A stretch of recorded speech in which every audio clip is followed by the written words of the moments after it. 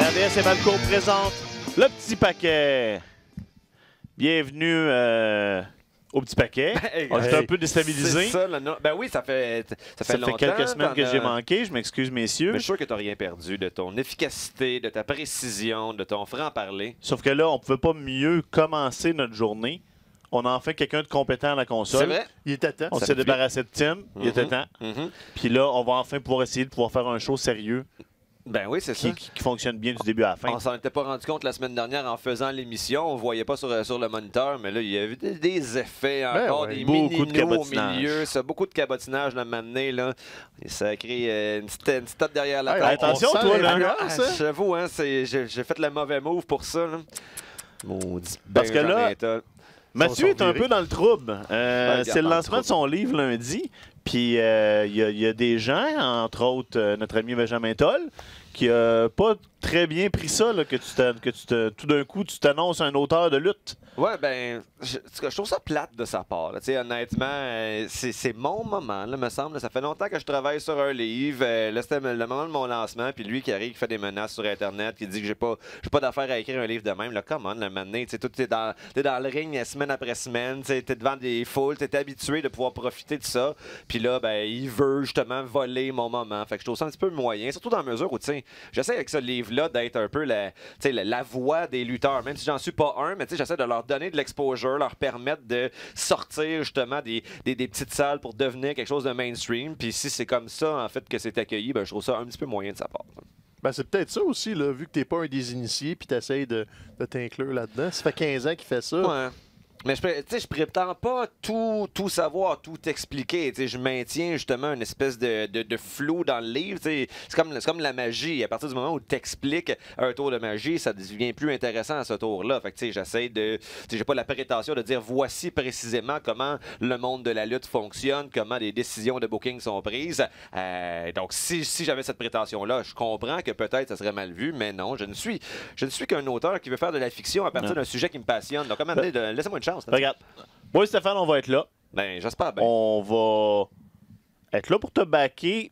Essayer de calmer la donne, mais si ça devient physique, moi, je peux pas te promettre que je vais me mettre entre toi et Toll, par exemple. Puis moi, j'ai tendance à dire que si tu as fait quelque chose, dis-le fait. Mais c'est ça, mais j'y ai rien fait, fait que, en tout cas, on verra bien. Vous irez également voir sur la page Facebook de la lutte à RDS, parce que Stéphane a fait une entrevue avec Mathieu et Maxime Champagne, l'auteur de la pièce Champion. On s'est dit, enfin, faire une entrevue avec des gens sophistiqués. Sophistiqué, ouais. Avec quelqu'un qui a lu un livre dans sa vie. J'étais content en plus de pouvoir côtoyer Maxime Champagne. On Ben avait parlé justement de sa franchement pièce sympathique. il y a quelques mois. Exactement. Ça avait été un gros coup de cœur, donc de pouvoir discuter avec lui, c'était un beau moment dans ma vie d'auteur. D'ailleurs, shout-out aux amis de Maxime Champagne qui ont tous souligné, ou presque, sa ressemblance à Mad Dog Fachon avec son outfit. outfit. Avant, mais Et c'est tout à comme fait vrai. tout à fait. Donc, il faudrait que tu travailles ta voix un peu, Maxime, pour être plus Mad Dog. Et est-ce que les gens ont relevé aussi que quand tu y as posé sa première question, tu as comme blanqué sur son nom? Absolument pas. Je sais. En le réécoutant C'était aussi. passé comme dans du beurre. Excusez, je voulais pas te stouler rien. C'est là, ce mais- qu'on appelle faire une transition vers une autre question. Alors, ta pièce! Hein? Pas de danger que mon réalisateur me le souffle à l'oreille. Aucun danger, non. Arrange-toi avec tes Jamais troubles. dans 100 ans. Donc, allez voir la petite entrevue. Mathieu qui est franchement étonnamment à l'aise devant la caméra. Ben, Des années d'expérience un naturel. maintenant. Je sais qui, pas, tu sais, depuis qu'on fait le podcast avec des caméras, déjà, ça a un petit peu ça a brisé le côté intimidant. là. Tu sais, c'était dans un encore plus gros studio, donc il y avait quand même une petite nervosité. Mais si tu me dis, toi qui as de l'expérience de bien voir fait beaucoup de ça. gens passer devant l'objectif, si j'ai bien fait ça, ben tant mieux. Allez voir ça. Mathieu lance son livre lundi. Lundi, C'est Montréal. lundi, On mardi est très hâte. en librairie, donc c'est bien excitant. Je suis tout à fait fébrile. Bon, tu vas-tu te mettre propre pour ça? Oui, Ah oui, oui. tout Je suis le pas temps mal propre. toujours propre aujourd'hui. T'sais, on Bon, s'entend que c'est son- casual Thursday, là, mais... Quand on dit que c'est son plus casual, Ouais, ça, non, il y a c'est quand ça. même le petit cardigan, tout. Je pourrais même le boutonner là, comme ça, là, ça me donnerait On aime l'air ça. un petit peu plus distingué. Un petit peu plus grand-père, mais aussi un petit peu plus distingué. Mais je t'ai déjà conté mon anecdote de mise en scène avec Yvan Ponton. Est-ce que je t'ai déjà Oui, raconté ça? c'est vrai. C'est une anecdote que j'adore. Yvan commence tous les shows avec le veston attaché. Parce que, tu sais, on commence, puis on est propre, puis tout. Puis là, pendant le début de la discussion, il va détacher son veston. C'est comme, bon, là, on est C'est là, fait. on a accueilli les gens, on peut commencer. C'est des détails comme ça, moi, que j'adore. Ça met l'invité vrai à l'aise. pro. Exactement. Ça veut-tu dire que je peux détacher mes culottes un coup que le podcast est commencé? T'as même pas de culotte. T'as même pas de culotte, effectivement. C'est pas pour rien que le bureau est assez haut. C'est pas pour rien que Stéphanie baisse. C'est pas juste le poids, Non, c'est aussi les pantalons. pour sauver exactement. Ouais, baisse-toi. C'est ça. Hey, parlant d'être fébrile, on va parler de choses qui nous rendent fébriles pour commencer. OK. Parce que fébrile, j'ai eu la misère avec mon fébrile. Ça serait facile de faire plein de négatifs, là. Donc parler de la WWE. Mais on va garder ça pour enfin, plus tard, si on a du temps, ouais. parce que là, les mercredis soirs sont le fun. Les mercredis soirs sont nous rappellent pourquoi on aime la lutte. C'est vrai. C'est vrai. Moi, je me suis fait justement plaisir cette semaine. Pour la première fois depuis je ne sais pas combien de temps, je n'ai même pas jeté un seul coup d'œil à Raw ni à SmackDown. Je le faisais généralement par obligation professionnelle là, pour faire l'émission, mais maintenant, on a quelque chose d'autre dont on peut parler et qui est bon. Je dis pas que le produit de la AEW est parfait. Là. Je sais qu'il y a des gens qui vont dire « Ah, vous êtes vendu, blablabla. » Non, j'ai quand même regardé ça avec un regard critique. Cela dit, force est d'admettre que surtout l'épisode de cette semaine a avancé à un rythme frénétique. Un épisode de 2 heures, ça faisait 1h30 que le show était commencé, puis j'avais l'impression qu'il y avait juste 15 minutes qui s'étaient déroulées, chose qui se passe pas. Là, quand tu écoutes Raw, quand tu écoutes SmackDown, tu es toujours en train de peser sur Fast Forward. Là, aucun moment qui me donnait envie de peser sur Fast Forward. Tu forward Lashley puis Lana, toi. Non, ça, je l'écoute au ralenti ben là, pour j'espère. essayer de voir en dessous de la couverture. Là. Moi, c'est pour ça que j'écoute la lutte, on s'entend. Mathieu, 14 ans, sort de ce corps. Exact. Mais non, c'est ça, du côté de AEW Dynamite. En plus, on commençait tellement sur les chapeaux de roue cette semaine que l'émission a commencé, puis le match lui-même était déjà commencé. Ouais, on annonçait des équipes. Go! C'est parfait, ça. On n'a pas besoin. Ben oui. C'est pas nécessaire absolument la grosse séquence d'intro, la shot de foule. On est en direct de Pittsburgh, Pennsylvanie. On veut de la lutte. Puis quand tu sais que ton show va être serré dans le temps, ah ouais, il commence directement dans le ring. Puis ils l'ont pacté là, d'une seconde à la toute dernière seconde. Ils sortent pas en pause, à quelques exceptions près, quand c'est entre 2 combats. Donc, pacté mur à mur, là, Dynamite. Est-ce que avant qu'on parle des combats et de ce qui est arrivé dans le show, moi, j'ai écouté l'émission comme avec des écouteurs. OK. Est-ce que, je sais pas si vous autres aussi, vous entendiez les décomptes des allées en pause? Non, j'ai pas remarqué. Moi, avec mes écouteurs, T'avais les décomptes? J'entendais, quand il y avait une pause, tu entendais en fond, là, comme si c'était peut-être trop fort dans le headset de quelqu'un, puis ça rentrait dans le mic, là, mais t'entendais Sunbright Breaking 10. Puis là, t'entendais le décompte. Puis, écoute, il y a encore des petits détails à fignoler, là, on s'entend. Notamment le volume de la musique, des chansons d'entrée. Ou en même temps, les chansons d'entrée, tout court, c'est la grosse faiblesse présentement dans ce produit-là. Mais en non? même temps, je dis ça, c'est peut-être parce qu'on était habitué avec la production de la WWE où les tunes sont vraiment mises de l'avant. Cela dit, c'est vrai que quand tu écoutes New Japan Pro Wrestling, les tunes, tu les entends un petit peu mutées, un petit peu comme c'est le cas dans AEW. Donc, c'est peut-être une esthétique qui est volontaire, une direction dans laquelle ils veulent aller. Je pense que les tunes sont un peu meilleures, pour pas dire beaucoup meilleures au Japon. Mais c'est différent, par exemple, au Japon, l'entrée, les chansons, puis tout ça. On dirait qu'il y a une attention au rythme qui n'est pas portée au Japon. La toune va partir, puis ils n'ont pas de problème à ce que la toune puis le vidéo jouent pendant 1 minute avant que le lutteur embarque. Ce que, ici en Amérique, surtout dans un produit télé, tu peux pas te permettre parce que c'est long. C'est clair. Oui, c'est long. Puis c'est ça, même les gars qui avaient des belles entrées au Japon, genre Omega, son entrée au Japon était rodée. Là, évidemment, il n'est pas traversé avec sa chanson. Fait que là, c'est une espèce de tourne de jeu vidéo générique. C'est ça. Kenny Omega est là, on n'écoutera pas sa tourne, mais il est là, on est content. Il y a Cody Cody a fonctionné, c'est ça.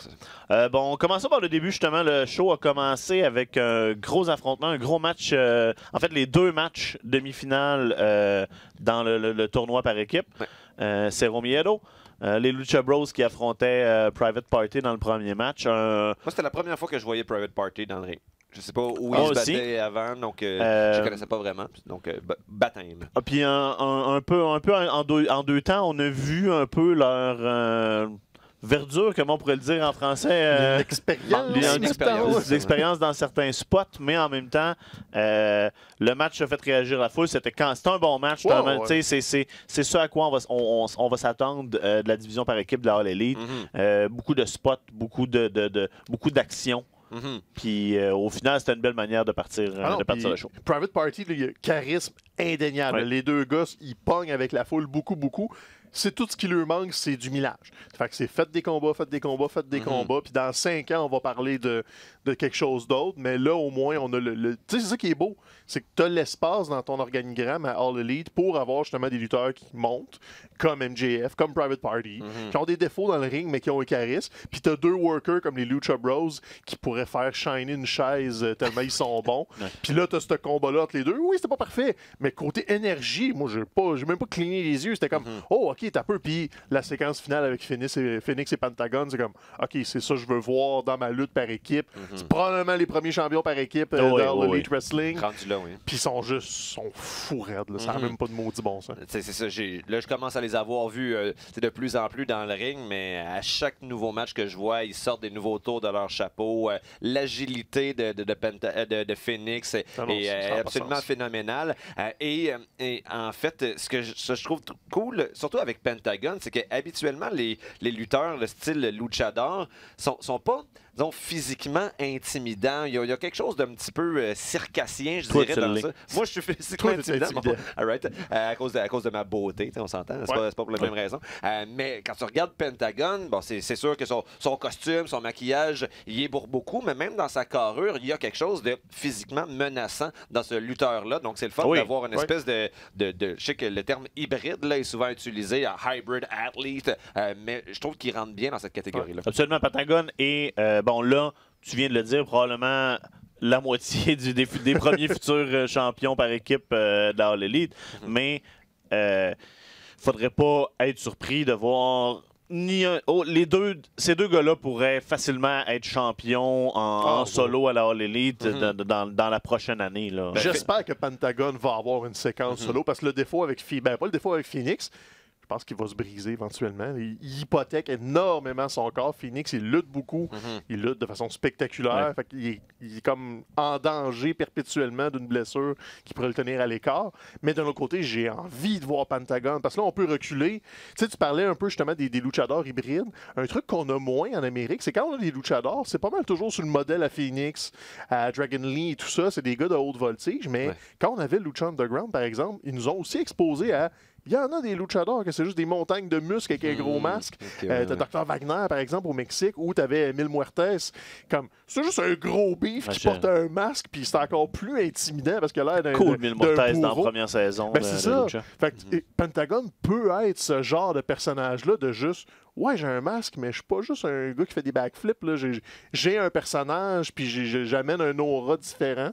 Et là, tu as cette équipe-là avec tout le bagage.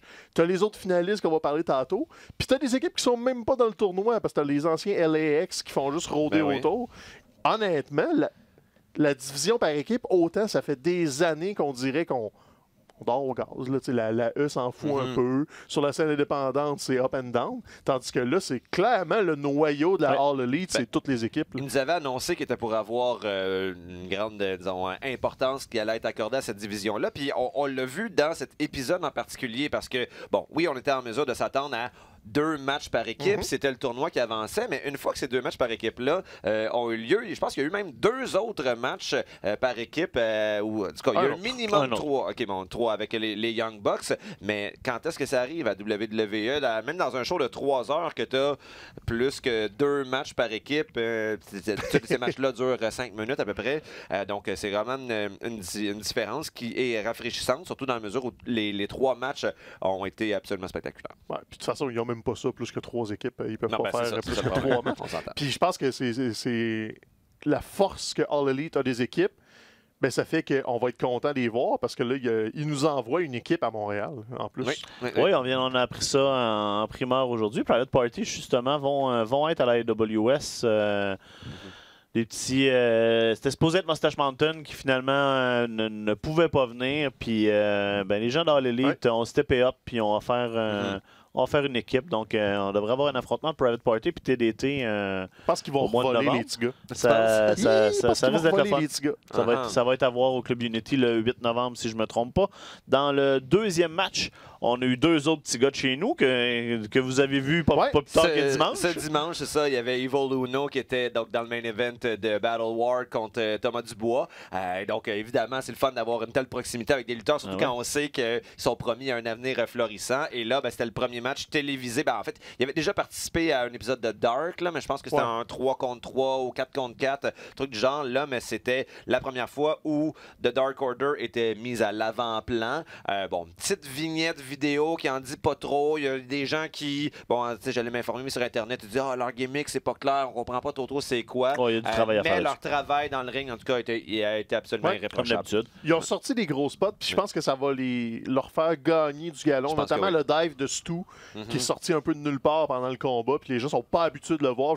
Ah oui, c'est vrai, il fait ce dive-là par-dessus le coin, au lieu de par-dessus les câbles. Puis le move où il a marché sur le monde pour aller faire...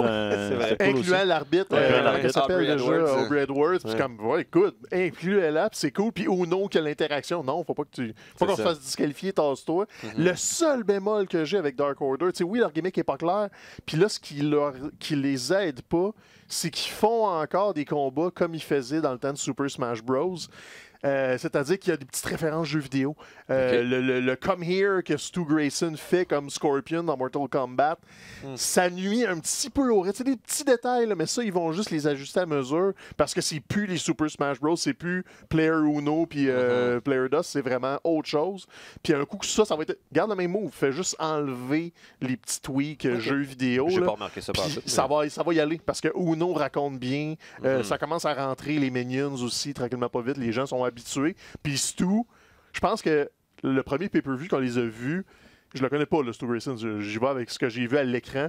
Je pense qu'il était intimidé. Il était intimidé par la grosseur du show. Ça paraissait dans sa façon de bouger dans le ring qui était pas super à l'aise, tandis que là, contre SCU, des bonnes mains, des vétérans, il a rien manqué. Fait que c'est juste de la répétition d'aller à la télé. Tu sais, pour le spectateur, on dirait qu'on s'en rend pas compte. Quand on voit un Stu Grayson ou un Evil Uno devant 400 personnes dans un centre communautaire, tu sais, eux autres, c'est leur maison, sont habitués. Puis là, tu arrives dans un amphithéâtre, il y a des spots, il y a des caméras, il y a du monde en coulisses. Tu sais, c'est le même ring de lutte, mais tout ce qui est autour, à un moment donné, ça te sort de ta zone de confort. Puis je pense que c'est juste le temps d'eux autres comme d'habiter le nouveau soulier, si on veut, puis des casser comme il faut. Puis là, oui, ils ont perdu. Bon, ils ne seront pas en finale du tournoi. Mais honnêtement, là, un coup que les gens vont passer par-dessus le fait de on ne sait pas c'est qui eux autres, moi, j'ai l'impression qu'ils vont avoir du succès. On leur souhaite, ça c'est certain. Puis on peut les voir en fin de semaine, ils sont à la FLQ, un triple threat justement, Grayson, Uno, puis Tyson Dukes, merci. L'ancien champion de la FLQ qui va essayer de reprendre la ceinture. Stu Grayson l'a regagné. Je savais que j'allais dire son nom, là, tu m'as coupé juste avant que j'allais dire son nom. Donc, on parlait de ce combat-là. C'est-tu moi ou SCU, quand ils ont fait l'annonce du tournoi, ils avaient dit que ça allait Christopher Daniels puis Kazarian, l'équipe. Ouais, mais c'est parce que là, Daniels est blessé. C'est ça, Daniels, c'est ça que j'ai manqué. J'étais comme, pourquoi c'est Scorpio Sky qui est là? driver sur la rampe. Et en fait, on dirait que... ils l'ont worké in. C'est ça, il est blessé pour vrai. Puis ce spot-là, la semaine dernière, nous permettait de deviner un petit peu que SCU risquait de passer en finale pour que, justement, cette histoire-là de la blessure à Christopher Daniels puisse être intégré. Il va revenir pour venir se venger, d'après moi, dans ce match-là. Le pire, c'est que SCU, j'ai toujours été assez tiède de SCU, mais la foule est tellement dedans. Le comeback de la fin, là, c'était comme wow, son bon. Tu sais, ça m'a mis dedans de voir que le monde était super content de voir Sky planter le move. Puis ça reste présentement encore un des meilleurs aspects d'écouter le show de la All Elite. À quel point la foule ajoute à tout ça. Le monde sont dedans. Puis, en fait, on dirait que quand tu passes pas ton temps à aliéner ton propre fanbase, ça te permet d'avoir des foules qui sont contents du produit puis qui trippent. C'est un drôle de thinking. Le monde n'essaie pas d'embarquer pour t'envoyer des Watts ou des CM Punk. Ils font juste dire des This is awesome. Puis quand Cody menace d'aller dans la foule, je dis go, vas-y. On le sait que ce sera pas un brawl plate séparé avec Tyson Fury qui envoie des coups de coude. C'est ça, ça fait en sorte que le hit, les réactions de la foule foule, mettons, quand ils vont huer des gens, c'est pas en fonction du fait qu'ils sont fâchés de leur utilisation ou qu'ils trouvent les histoires poches. Ils vont huer les méchants parce qu'ils jouent le rôle d'un méchant. Donc, ça fait en sorte que les spectateurs sont plus, participent d'une façon plus prévisible, oui, au spectacle, mais plus constructive également. Ouais, puis ils jouent bien avec eux. Là, justement, le segment Cody avec Jericho. Oui. Le champion, était dans une loge avec toute sa gang du Inner Circle. Puis là, ben, il était vraiment bien. Puis, je sais pas, tout ce je veux dire, on en a vu là, des brawls dans la foule, puis backstage, puis dans les corridors. C'est pas les premiers qu'on voit, mais lui, il était comme le fun. Tu sais, Cody a pété à vite pour les sortir de là. Donne-moi ton foulard, MJF. J'ai quelque chose à faire. La digue de Jericho, de comme, regarde lui, qu'est-ce que tu vas faire un gars avec un foulard? Vous allez pas. Qui c'est qui porte ça, un foulard? Puis la foule qui disait You did. Ça fait combien d'années qu'il n'y a pas eu du fun de même, Jericho? Non, il est awesome. Là. Il n'y a rien de mauvais. Puis moi, je m'excuse, là, les petits hair horns pendant le speech de Cody. OK, bon ça, c'est vraiment drôle. Puis le monde embarquait. C'est des grosses suées. Laisse-les parler. Non. Par contre, petite, c'est pas vraiment une réserve, mais je me dis qu'il va falloir qu'ils commencent à faire attention à faire des clins d'œil à la WWE, aux problèmes de cette fédération-là. Justement, au milieu de ce segment-là, t'as Cody qui dit, dans le fond, ici, il n'y a pas de mur invisible qui m'empêche d'aller te confronter dans le public. C'est pas comme dans l'autre compagnie dans laquelle on a travaillé les deux avant. À un moment donné, faites juste votre propre affaire. Arrêtez de vous comparer toujours avec l'autre fédération. Moi, ça me dérange pas. Ça fait partie de la game. Quand c'est bien fait, quand c'est pas nécessairement surutilisé, c'est sûr qu'il faut falloir faire attention que ce soit pas à toutes les comme ça à chaque semaine depuis le début. C'est ça que je dis qui devient un danger. En tant que tel, ça me dérange pas. Parce qu'on veut s'établir comme l'alternative. On veut continuer de peser sur le clou, de regarder, on n'est pas la WWE. Ouais, puis je pense aussi qu'il y a un désir de pas effacer le passé. Tu sais, c'est juste des gars qui sont passés par la E qui font ça. C'est pas genre Joey Janela qui va dire hey, vous faites pas ça l'autre bord. C'est Cody que j'aime. Moi, j'ai passé 10 ans de l'autre bord, puis il me laissait pas y aller. Ben là, j'y vais. Tu sais, si c'est toujours dans cet angle-là, puis pas faire comme hey, voici un nouveau personnage, vous le connaissez, mais vous le connaissez pas. Non, c'est un ancien de la E, puis il est ici à cette heure. C'est intelligent, parce que c'est pas de prendre ton fanbase pour des caves. Oui, il s'appelle Jack Hager à cette heure. Fine. Mais c'était Jack Swagger, il y a 5 ans. On va le reconnaître. On va pas vous dire de faire We the People, mais vous le faites, on va jouer avec. Il y a une façon de le faire qui est intelligente, puis qui ne doit pas tomber dans le piège de la WCW, que c'était comme « Oh, elle n'a pas à l'autre poste, là, parce que là, il va se passer ça. » Parce que Melkel va devenir champion tout à l'heure. C'est ça. Ça, c'est pas légal. Mais faire des digues juste comme « Ah, OK. » Même à la limite, là, j'haïrais. Tu sais, les caricatures me dérangent pas tant. Moi, c'était plus là que j'aimais pas quand il allait. Pas avec une récurrence, mais une fois de temps en temps, tu peux te permettre le clin d'œil de juste faire une mini-imitation. C'est sûr que c'est un personnage, que c'est juste un clone, on s'entorche, là. Mais je pense que tu pourrais aller là une fois de temps en temps, juste dire si tu comprends la joke, tu comprends. Si tu comprends pas, tu comprends pas. Tu veux dire quelque chose comme quand WWE a fait Gillberg pour répondre à Goldberg? Non, parce qu'encore là, c'est moi, je parle plus genre Cody va aller chercher un sledgehammer. Il va pas explicitement dire hey, c'est Triple H. Si tu comprends la référence, tu vas la comprendre tout de suite, tu vas être content. Sinon, ben, c'est juste il se passe de quoi dans l'action. Ça, j'aime ça, ces références-là. Mais ouais, Gillberg, c'était comme ça a été drôle une fois, mais ils l'ont drillé pendant 2 ans. Fait qu'à un moment donné, il n'y a plus de fun à avoir. Mais non. Puis où tu vas tu vas te moquer de leur dynamique, comme quand Jericho avait un bodyguard. C'était un clin d'œil direct à Shawn Michaels a eu des bodyguards, puis il y a eu plein de lutteurs à eux. Tu avais Mr. Hughes qui ne servait qu'à ça dans les années 90. Et Jericho, quand il a eu son bodyguard, ben, c'était Ralphus. Puis c'était un gros bedonnant avec un t-shirt crop top qui avait pas de dents puis pas de cheveux. C'était un troqueur qu'ils ont engagé pour faire ça. Puis bon, ben ça, c'était un dig. C'est pas une caricature de personne, mais tu te moques d'une façon de faire que tu trouves un peu nounoun. Puis ça a levé. Là, le monde a capoté sur Ralphus. Donc, moi, il y a un petit héros. Ah non, t'aurais aimé ça. Et que Jericho était baveux dans ce temps-là. Il avait fin vingtaine avec la petite couette. Là, puis Ralphus pas dedans. Là, j'aimais beaucoup Jericho dans ce temps-là. Mais on l'aime encore aujourd'hui. Il est awesome, Jericho. Fait que tout ça, ce segment-là a bien fonctionné. On a eu un combat féminin, Britt Baker, Dr. Britt Baker, qui était dans son hometown, qui a affronté une fille dont là j'oublie un blanc sur son nom. Ouais, moi aussi, je me souviens. Mais un autre bon jeune talent féminin qui a bien du potentiel. C'était le moins bon combat de la soirée, puis c'était quand même très correct. Le pop ça. à Brett était le fun. J'ai bien aimé son petit saut avec des dents dans le logo des Steelers. Comme, tant qu'à faire le Hometown Girl, vas-y all-in. Il y avait des Terrible Towels avec le logo de la All Elite. Why not? Elle est à Pittsburgh. Puis c'est ça l'affaire. Un autre défaut souvent de Vince, quand tu es dans ton hometown, tu perds. Je suis comme, ben non, là, on va l'utiliser. Le hometown est chez eux. Donne-y son pop, puis laisse le monde avoir du fun avec.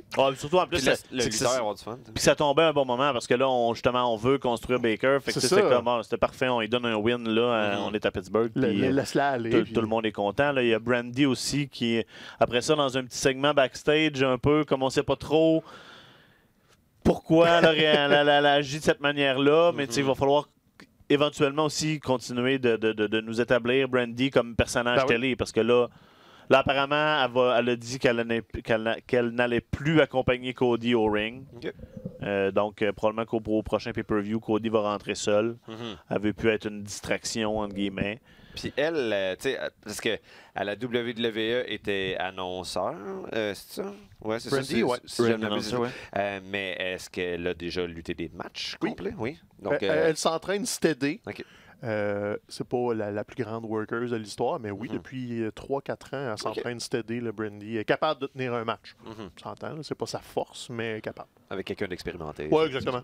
Puis elle a une coupe de spots le fun. Là, donc, puis parlant de Cody puis de Brandy, depuis, ça fait quoi, un mois, là, Carl Elite est parti 3 semaines, un mois. Quand Cody va se faire trahir par tout ce monde-là, ça va être le plus gros babyface en Amérique du Nord. C'est déjà un assez gros babyface. Mais il prépare tellement bien parce que là, c'est pas juste on le sait qu'MJF va flipper. Comme non, là, il est cool, MJF, il l'aide puis tout.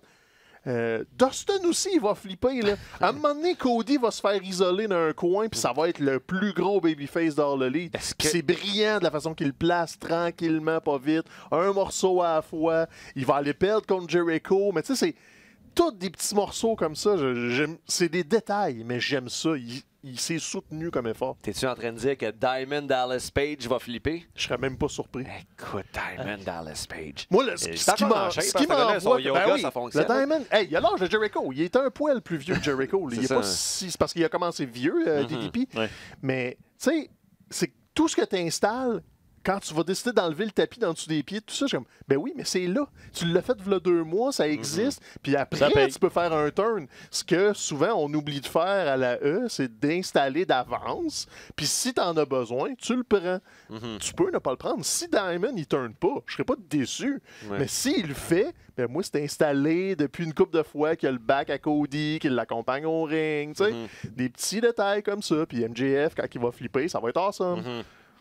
J'ai l'impression aussi que c'est souvent la WWE peut être bonne pour faire des méchants, mais c'est avec les gentils qui ont plus de difficultés. Faire des gentils qu'on trouve cool, pour lesquels on a envie de s'impliquer émotivement. Mais là, juste le segment justement de bataille proche des concessions, même si le groupe des gentils là, incluait justement des old-timers comme Dustin Rhodes puis DDP, il y avait vraiment l'air cool, les 4 ensemble. J'avais envie d'être derrière eux. Un sentiment que je n'avais pas ressenti depuis un bon petit bout de temps de l'autre côté. 2 dernières choses à parler de All Elite. Tout d'abord, l'affrontement. On a refait l'affrontement qu'on a fait à AEW Dark la semaine dernière. La réaction avait été énorme. Ça avait été tout un match, match pas sanctionné. Et là, on a ramené Joey Janela et le méga campeonato de la AAA. La Kenny Omega.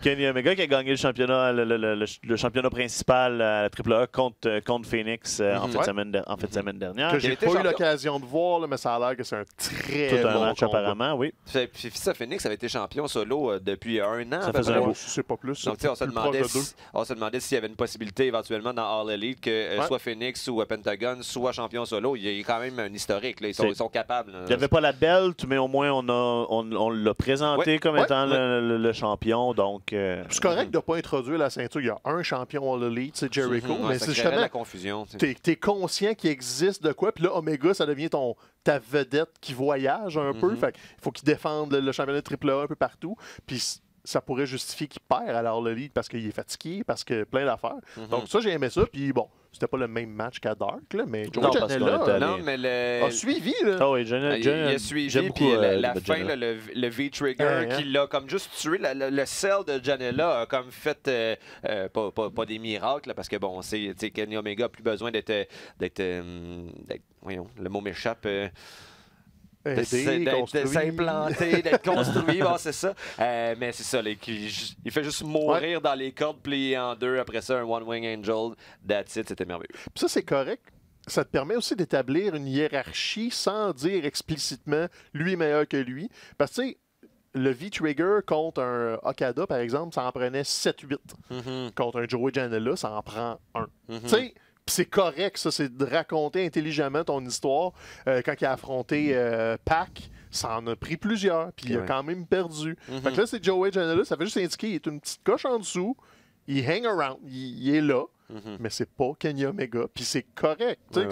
Faut que tu construises ton top, ton niveau en haut de la pyramide, puis ça enlève rien. Joey Janela, il y a eu un super de bon combat, le monde a capoté leur vie, puis il scelle comme un fou. Fait que t'as le goût de le booker dans d'autres combats.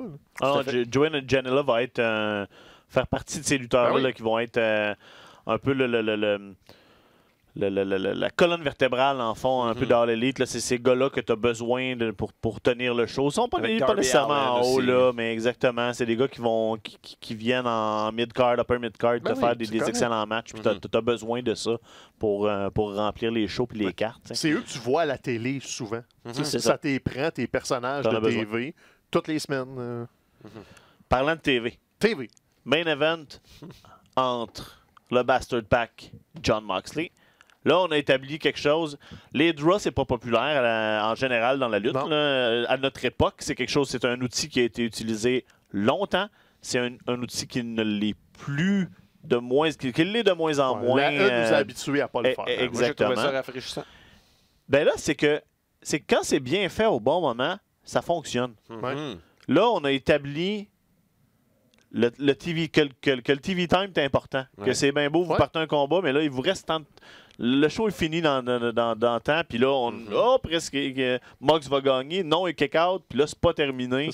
Puis Moxley s'est fait un peu la voix de tout le monde, de comment fuck it, tiens l'arbitre, c'est toi qui vas payer pour les autres. Mais au moins, on établit un précédent qui va pouvoir payer. Pour une fédération qui a insisté sur le fait que les victoires et les défaites allaient avoir une influence, allaient être prises en considération, ben c'est un outil qui est quand même utile parce que tu veux ni faire perdre l'un ou l'autre. Alors, les deux paraissent à la fois paraissent bien, surtout en fait dans une finale comme ça, et ça te donne juste envie de revoir comment ça va se poursuivre. Si un des deux avait gagné puis l'autre avait voulu se venger, j'ai l'impression que j'aurais été un petit peu moins impliqué émotivement, là, ça me donne juste envie d'en voir plus. Oui, puis ça te sort aussi du pattern de on va faire des disqualifications, on va faire des interventions pour. Non, là, tu l'as juste eu court. Il y a deux petits détails. Tu sais, là, vu que c'était comme la première fois qu'il le faisait, c'était très télégraphié. Là. Je pense qu'à partir de 5 minutes dans le combat, tu te doutais que c'est là qu'il allait parce qu'il mentionnait le temps souvent. Ça. Il reste 2 minutes. C'est correct. Il faut que tu habitues ton auditoire. Mais en faisant comment il s'appelle le nouveau nom de son finisher, le nouveau nom de Paradigm Shift. C'est ça, exactement. À 7 secondes. À 7 secondes, en faisant le tombe. Il aurait pu avoir un finish clean avec quelques secondes. Là. J'ai trouvé ça bien fait, justement, parce qu'on s'attendait à ce que ça soit la fête. Finalement, kick-out, il reste 2 secondes. Qu'est-ce que tu veux faire après ça? C'est fini. Mais mon deuxième chose, ton TV time est ferme, sors des ondes.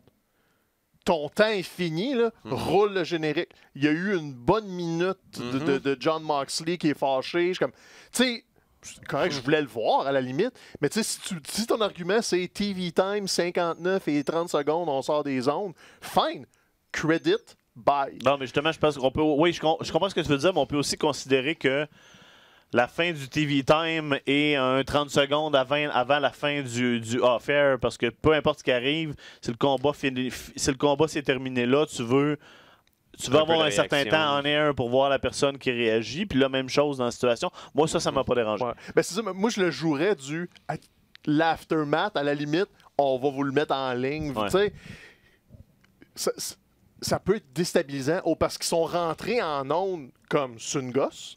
Les deux lutteurs étaient là, tu pourrais sortir des ondes. Ils l'ont déjà fait à la WCW parce qu'ils débordaient. On sort, là, ça vient de finir, ciao, bye. Puis la semaine prochaine, vous allez savoir c'est quoi la suite de tout ça. Tu le sais, hein, quand je viens mettre ma main dans le milieu, là, c'est parce que là, faut passer à autre chose parce que là, le temps file, puis on n'a pas parlé encore de NXT. Non, faut parler de NXT.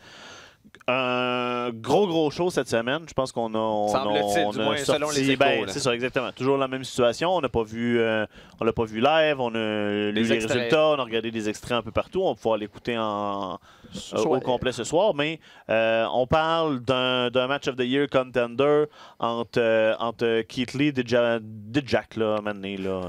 Dijakovic. Ils ont compliqué. Depuis qu'ils compliquent le nom du monde, d'habitude, c'est toujours l'inverse. Tu sais, il y a tellement de noms que quand il drop le prénom, c'est gossant. Là. Lui, là, on peut-tu passer à Dijak tout de suite? Là? Lui, c'est trop compliqué, Dominique Dijakovic. C'est comme... Passons à Dijak, puis ça va fitter, puis ça va être en tout cas, peu importe. Et Roderick Strong, dans un match dans lequel la ceinture nord-américaine était en jeu, on a fait un super combat. Apparemment. Ouais. On l'a pas tout vu, mais on a vu les extraits. On a vu Lee contre Dijakovic, je pense que c'est le 2 semaines. Ouais, c'est ça, ça fait quelques fois. Ça a l'air que c'est la même dynamique, mais avec Roderick Strong qui venait espacer les spots. Qui est un super worker, de toute façon, on le sait. Et là, on a terminé avec un gros angle. Dans le fond, Undisputed Era sont venus se pointer. Ouais. Gargano et Ciampa sont venus un peu pour faire la contrebalance. Finn aussi s'est pointé, mais oh non, Finn, t'as pas du bord des gentils. Finn a attaqué Gargano. Finn, tout de noir vêtu. Avec un T-shirt qui cache de goods. Oui. Il y avait un changement d'attitude, c'est comme dans les détails, puis le pow, pelle kick sur Gargano.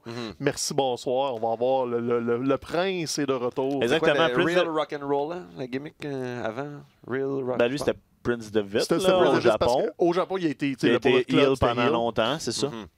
Je suis sûr qu'il va y avoir quelqu'un dans les commentaires sur Facebook qui va dire oui, Real Rock'n'Roll, c'est quelque chose. Ça se pourrait, là tu me prends off guard un peu, puis je suis pas préparé à ça, là, mais on n'a jamais vu Finn Balor méchant, là, de WWE. Il a toujours été très, très positif ou démoniaque, là, les bouts où le démon prenait possession de lui. Ça n'a jamais été du vrai démon. C'est ça, c'était juste weird, là, mais là, c'est Finn Balor en noir qui s'attaque à Gargano, mais qui ne rejoint pas Undisputed Era. Ça avait l'air assez clair qu'il a juste viré sa veste, mais c'est pas je rejoins pas Adam Cole. Donc, tu brûles pas le potentiel d'un Cole Balor éventuellement, sauf que là, tu t'enlignes vers un Balor Gargano. Un Cole Gargano. C'est comme c'est ça. Là, ils peuvent nous étirer ça parce que Wargame s'en vient. T'as pas de place à Wargame pour faire ça, mais t'as un autre takeover qui va venir après. Puis là, t'as plein de télé à mouler autour de ça. Yes. Gargano, Ciampa se retrouvent ensemble par la force des choses. Il va falloir qu'ils s'aident mutuellement. Donc, tu as un DIY par la bande. Ouais. Non, je vais pas dire que j'aime pas ça. NXT continue aussi de highlighter sa division féminine qui est la plus forte au monde. On s'entend. Autant dans la dernière batch de call-up, à un moment donné, moi, j'étais comme, il me semble qu'il reste plus grand monde à NXT. Puis là, finalement, avec Rhea Ripley, avec Yo, avec Candice, Tony n'est pas encore arrivé, là, elle s'en vient. Tony Storm, c'est confirmé. C'est juste qu'elle n'a pas fait le saut encore. Dakota, effectivement. Fait que, on continue d'highlighter les femmes du côté de la NXT. Puis là, par rapport à Dakota Kai, il était en équipe avec une lutteuse dont j'ai oublié le nom. Je pense que c'était la fille qui s'était blessée dans le cadre d'une compétition. Non, elle s'était blessée au milieu d'un match. Puis là, elle vient de revenir. En tout cas, ils ont gagné contre les deux enforcers de la championne, de Shayna. Et donc, ils sont les prochaines aspirantes au titre de championne par équipe féminine. Donc, ils vont se battre contre Kabuki Warriors. Ça existe encore, cette ceinture-là? Ben oui, mais c'est Asuka quand même qui est cette championne-là. Donc, ils vont avoir un match, je pense, la semaine prochaine ou d'ici peu. Disons. Non, fait que tu sais, NXT, c'est ça. Ils misent sur leur force. Donc, beaucoup de luttes, une division féminine en santé, un mid-card. Là, c'était le championnat nord-américain qui a fermé le spectacle, mais tu inclus là-dedans Undisputed Era. Donc, tous tes champions sont en loop. Et là, on a une partenaire. Tegan Nox. Et voilà, Tegan Nox. On a la réponse qui affrontait Jessamine Duke, puis j'oublie tout le temps le nom de l'autre. L'enforcer. On continue de mettre du temps aussi sur Matt Riddle. La foule a commencé à y faire des chants de Riddle sur l'air de Goldberg. Il a fait un jackhammer dans le match. Exactement, ce qui est juste tout simplement parfait. Il est baveux à souhait. Oui, il l'a déjà parfait. fait sur le indie, mais pas souvent. Je suis comme, je vais le faire pour de vrai. Pourquoi je me gênerais? Oui. C'est correct. Build-les, Matt Riddle. Il va être huge. Ça fait depuis qu'il est arrivé à NXT que je le dis que Matt Riddle, c'est un chemin direct. Ils peuvent pas le manquer. Il faut juste qu'ils le laissent aller. En fait, même, tu sais, j'ai pas écouté Raw, mais j'en ai entendu parler un peu. J'ai lu sur ça. Puis le main event de Raw, c'était les Street Profits qui étaient censés avoir qui allaient avoir un partenaire mystère. Et pendant un moment, tu sais, avant le lundi soir, j'ai envisagé la possibilité que ce soit Matt Riddle qui se joigne à Raw. Finalement, c'est pas le cas. Et tant mieux. Pourquoi tu commences un match avec un partenaire mystère qui est pas là puis qui fait juste arriver en surprise plus tard? Comment ils ont expliqué ça? Je l'ai écouté, Raw. C'était pas un partenaire mystère du match, c'était quelqu'un pour avoir le back. Okay. Parce que AJ Styles, elle est comme, ben là, moi, je vais être là pour mes boys. Vous autres, vous avez qui? OK, c'était pas 3 contre 3. Non, c'était un match par équipe, mais AJ Styles avait le back de DOC. Puis là, tout le long, ils l'ont joué de même que le Styles intervenait. Puis c'est le KO popé parce que je savais pas qu'on ferait KO. On va le domper là. Ouais, mais ça va s'en va vers KO et AJ. ça. On s'entend que c'est pas une mauvaise chose. Puis ça nous a donné, je sais pas lequel des deux, Street Protest avec le bébé dans la foule. C'était juste génial. Honnêtement, ils vont être big. Street Profits, ils ont les défauts dans le ring, on les oublie vite parce que c'est comme, on sont donc bien over, ces deux gars-là. Je croyais pas au début dans NXT, mais finalement, forcé d'admettre que c'est des vedettes. C'est fait pour Raw. Probablement qu'NXT, c'était trop petit pour Street Profits. Là, avec 8000 personnes qui capotent leur vie, ça lève beaucoup. Tu sais, j'ai pas écouté tout Raw, j'ai écouté des segments. C'était une bonne façon de le fermer. J'ai écouté le dernier 10 minutes sans justement avoir ma manette dans les mains pour avoir le goût d'avancer. Je voulais voir Street Profits, où il allait avec ça. Puis, belle entrée en matière. Quelqu'un faisait remarquer que leurs deux finishers, c'est les deux finishers de D'Lo Brown, jadis, Frog Splash, puis un autre, j'ai oublié. Fait que peut-être qu'ils vont se mettre à shaker la tête de Un petit plastron. Un petit plastron. Ça prendrait le plastron. Là. Moi, je veux un retour du plastron comme arme d'attaque pendant ton Frog Splash. Je l'aimais beaucoup, D'Lo. Moi aussi. Moi, mon bonhomme à No Mercy, il utilisait pas mal le moveset de D'Lo Brown. Je me souviens que lui, il était champion européen, puis il était annoncé comme venant de Helsinki en Finlande. Voyons. T'es champion des Europes, tu viens des Europes. C'est ça, t'as pas le choix. Tu sais, ils sont impables, c'était ça. Ben, c'est ça. C'est clairement le nord de l'Europe. Ben oui. Fait que là, dans Raw, y a-tu d'autres choses dans Raw et dans SmackDown qu'on veut mentionner? Bon, là, c'est ça. C'est le build-up pour Crown Jewel. Fait que, mais... Ben, sans parler de Crown Jewel, on peut parler d'à quel point le monde se torche de Cain Velasquez. On entendait des mouches voler. Mysterio, il est interrompu par Shelton Benjamin à Raw. Et quand Kane s'est pointé, c'est comme si mon comptable arrivait avec mes papiers d'impôt. C'est parce qu'on dirait qu'ils ont assumé que tous les fans de lutte sont automatiquement aussi des fans de MMA. Puis comme si on avait overestimé l'impact mainstream de la UFC. Quand tu suis les arts martiaux mix, tu sais c'est Cain Velasquez, ça a un impact, mais si tu suis pas, ce gros bonhomme-là, c'est comme, OK, t'es qui, toi? T'es le parrain à Dominique puis d'Atil. T'es pas si... À côté d'un lutteur de WWE, t'es pas intimidant, là, comme... C'est un petit poids lourd du UFC. C'est parce que Brock, c'est un phénomène de foire, puis il a l'air d'un monstre, mais les poids lourds du UFC, c'est des gars de 240 livres. Les lutteurs, Cesaro est plus gros que ça. Puis là, on s'en va dans une situation où là, à Crown Jewel, soit Cain Velasquez il devient champion après son premier match de lutte professionnelle, ou il perd son premier match, puis là, il vient de signer un contrat de 2 ans, puis là, tout d'un coup, tu le cool down tout de suite en partant. Je sais pas, c'est bizarre. Il n'y a pas de situation gagnante. Non, ça, j'ai rien contre Kane, mais là, clairement, le monde s'en fout. Puis je pense qu'on dirait que la E s'attendait à l'effet, mettons, joueur de football. Mais c'est pas le même rayonnement. Le UFC a à peu près le même rayonnement que la WWE, puis pas forcément le même monde. Tandis que tu amenais un Mongo McMichael quand il a fait le saut à la lutte.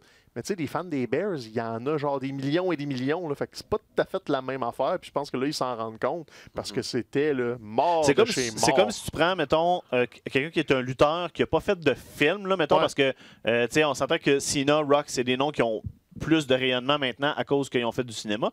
C'est comme si tu prenais un Randy Orton ou un AJ Styles, puis que tout d'un coup, tu le faisais se pointer dans une game de football, puis que tu t'attendais à ce que le monde fasse comme « Oh my God, c'est AJ Styles! » Non, dans le stade de 30 000 personnes, il va peut-être en avoir 5 000 qui vont le connaître. Là, puis, Mais tu peux envoyer Brown dans des shows de cuisine, par exemple. Ça marche à Fox. Mais ça, je suis d'accord avec ça, par exemple. Écoute, on va leur donner Fox. Ils travaillent fort pour essayer de promouvoir tout ça. Apparemment, l'autopromotion là, dans le tapis. Là, une des choses qui ressort, c'est que là, apparemment, Fox, ils veulent plus les Watts puis les CM Punk chants. Fait que, bonne chance. écoute, les amis, je sais pas si vous avez des solutions. Si vous en avez, go! I'm all for it. Ouais. Si Fox réussit à faire ça, Mais en demandant au monde de ne pas le faire, c'est ça qui il me arrive. semble que ça risque de mettre de l'huile sur le feu. Est-ce que Fox a déjà regardé de la lutte? Comme, si tu veux pas que ça arrive, parle-en pas, comme, tiens, ça mort. Là, si tu dis une gang de crinqués de pas dire what, garantis que SmackDown ouvre cette semaine avec du monde qui dit what, là. Je pense aussi. C'est comme tu dis, là, c'est jeter de l'huile sur le feu puis d'espérer que ça s'éteigne tout seul. T'es pas sûr que ça va marcher de même, Fox. Mention partie. Mais, de l'autre côté, qui arrête de nous donner de la boîte, puis le monde va arrêter de se décrocher du projet. Parce que les Watchins sont pas apparus de nulle part. Ils sont apparus à cause de Lashley puis de l'entrevue que Rousseff avec Jerry Lawler dans le ring. Ça avait l'air d'un début de Bleu Nuit. Qu'est-ce que c'est ça, vierge?